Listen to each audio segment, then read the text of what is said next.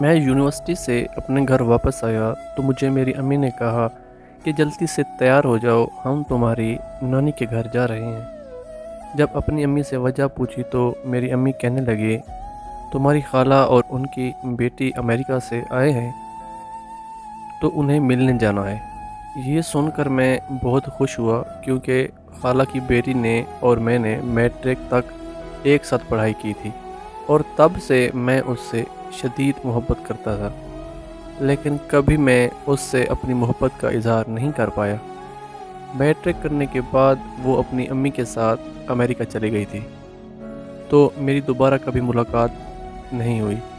फिर हम तैयार होकर नानी के घर चले गए। वहाँ पहुंचकर जब मैंने उसे देखा तो मैं देखता ही रह गया।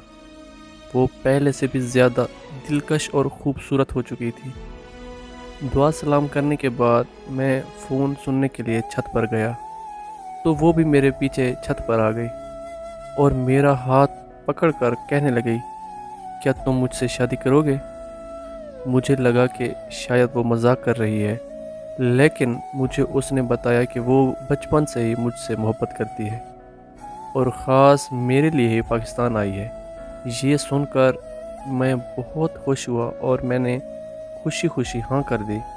फिर कुछ देर बाद हम दोनों छत से नीचे आए तो हमारे रिश्ते की बात अम्मी और खाला के दरमियान चल रही थी। इस तरह कुछ दिन के बाद हम दोनों की खुशी खुशी मंगनी कर दी गई। मंगनी के बाद वो लोग वापस अमेरिका चले गए। खाला ने कहा कि वो लोग एक साल बाद यहाँ आकर शादी कर जाएंगे। हम दोनों फ़ोन पर दिन रात बातें करने लगे। ऐसे ही बातें करते करते एक साल गुजर गया और वो एक साल बाद वापस पाकिस्तान आए तो किसी बात पर अम्मी और खाला की लड़ाई हो गई। मेरी खाला ने रिश्ते से साफ इनकार कर दिया कि वो अपनी बेटी की शादी मुझसे नहीं करवाएंगी और वो सब वापस अमेरिका चले गए। मेरे सारे ख्वाब टूटकर चिकनाचूर हो गए। अमेरिका जाकर उसने मुझे कॉल की और वो रोने लग गई। मैंने उसे दिलासा दिया कि सब ठीक हो जाएगा, तुम फिक्र मत करो। अम्मी और खाला की सुलह होने का इंतज़ार करने लगे। पूरा एक साल ऐसे ही गुजर गया, लेकिन अम्मी और खाला की सुलह नहीं हो पाई। फिर उसने बताया कि वो सब मामू के घर पाकिस्तान आ रहे हैं।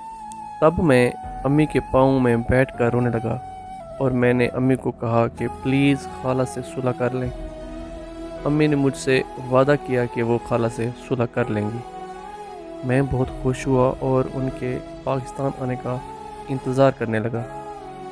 जैसे ही वो लोग पाकिस्तान वापस आए तो मुझे पता चला कि उसकी शादी मेरे मामू के बेटे से होने जा रही है।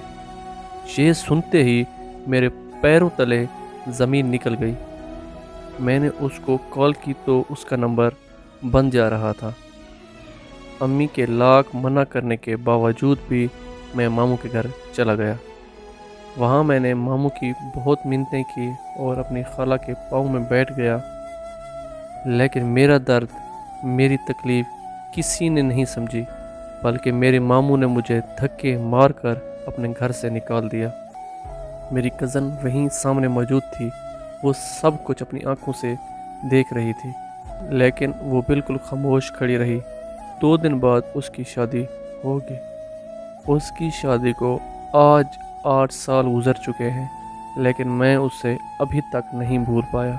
आज लोग मुझे पागल, मजनू और रांझे जैसे नामों से पुकारते हैं, लेकिन मुझे इस बात से कोई फ़र्क नहीं पड़ता, क्योंकि लोगों की नज़रों में मोहब्बत का जज्बा बिल्कुल फजूल है। मुझे इस बात से भी कोई फ़र्क नहीं पड़ता कि वो मजबूर थी या बेवफा।